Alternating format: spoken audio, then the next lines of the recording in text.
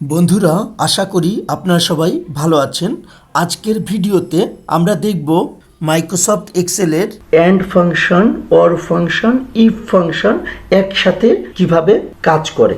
এখানে প্রথমে and or function মানে এই দুটি ফাংশন আমি প্রথমে এখানে ইনপুট দিব, তারপর সেটাকে আবার ইফ ফাংশনের ভিতরে ঢুকিয়ে রেজাল্ট শো করাবো। লজিকটি আমি যদি এভাবে সেট করি যে কারো সিবি এবং কোয়ালিফিকেশন সার্টিফিকেট এই দুটি অবশ্যই থাকতে হবে এবং এনআইডি চেয়ারম্যান সার্টিফিকেট এই দুটির ভিতরে যে কোনো একটি ডকুমেন্ট থাকলেই সে কোম্পানিতে জয়েন করার জন্য এলিজিবল হবে।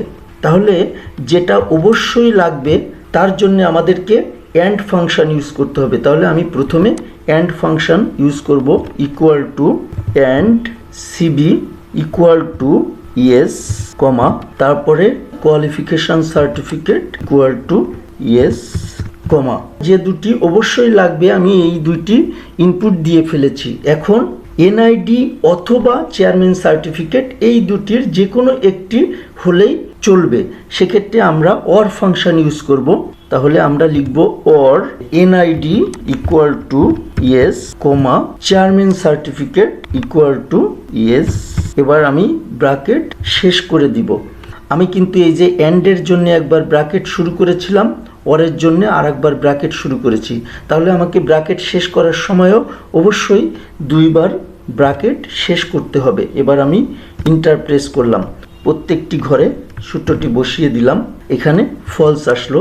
যে রিকোয়ারমেন্ট ছিল সিবি অবশ্যই থাকতে হবে, কোয়ালিফিকেশন সার্টিফিকেট অবশ্যই থাকতে হবে। এই দুইটা যদি অবশ্যই না থাকে তাহলে তো আমার শর্ত পূরণ হবে না। তাহলে আমি এখানে ইয়েস দিয়ে দেখি কি হয়, তারপরেও ফলস থাকতেছে। কেন?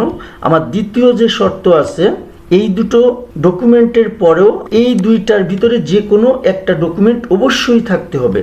তাহলে হয় এনআইডি থাকতে হবে অথবা চেয়ারম্যান সার্টিফিকেট থাকতে হবে। তো এই দুইটার ভিতরে যে কোনো একটি আমাদেরকে অবশ্যই ইয়েস থাকতে হবে। আমি একটি ইয়েস দিয়ে দিলাম, দেখেন এখানে কিন্তু ট্রু হয়ে গেল। আবার আমি যদি এখানে নো দেই, আগের জায়গায় চলে আসলো ফলস। আমি যদি এনআইডিতে ইয়েস দিই তাহলেও কিন্তু ট্রু চলে আসে। কন্ডিশন অনুযায়ী সিবি এবং কোয়ালিফিকেশন সার্টিফিকেট অবশ্যই থাকতে হবে, এটা আছে। এবং এই দুইটার ভিতর যে কোনো একটি থাকলেই চলবে। এনআইডি আছে, সুতরাং এখানে কিন্তু টু শো করলো। তাহলে বন্ধুরা আমরা দেখলাম একই সাথে অ্যান্ড এবং অর ফাংশন কিভাবে কাজ করে।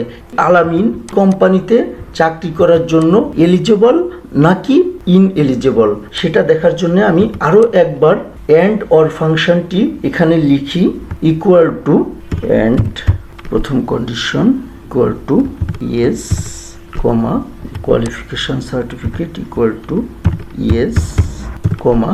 এবার আমরা অর ফাংশন দেব, NID equal to yes comma chairman certificate equal to yes. এবার আমরা ব্র্যাকেট ক্লোজ করব, দুইবার ইন্টার প্রেস করব। অ্যান্ড এবং অর ফাংশন একই সাথে এখানে ইনপুট দেওয়া হয়ে গেল।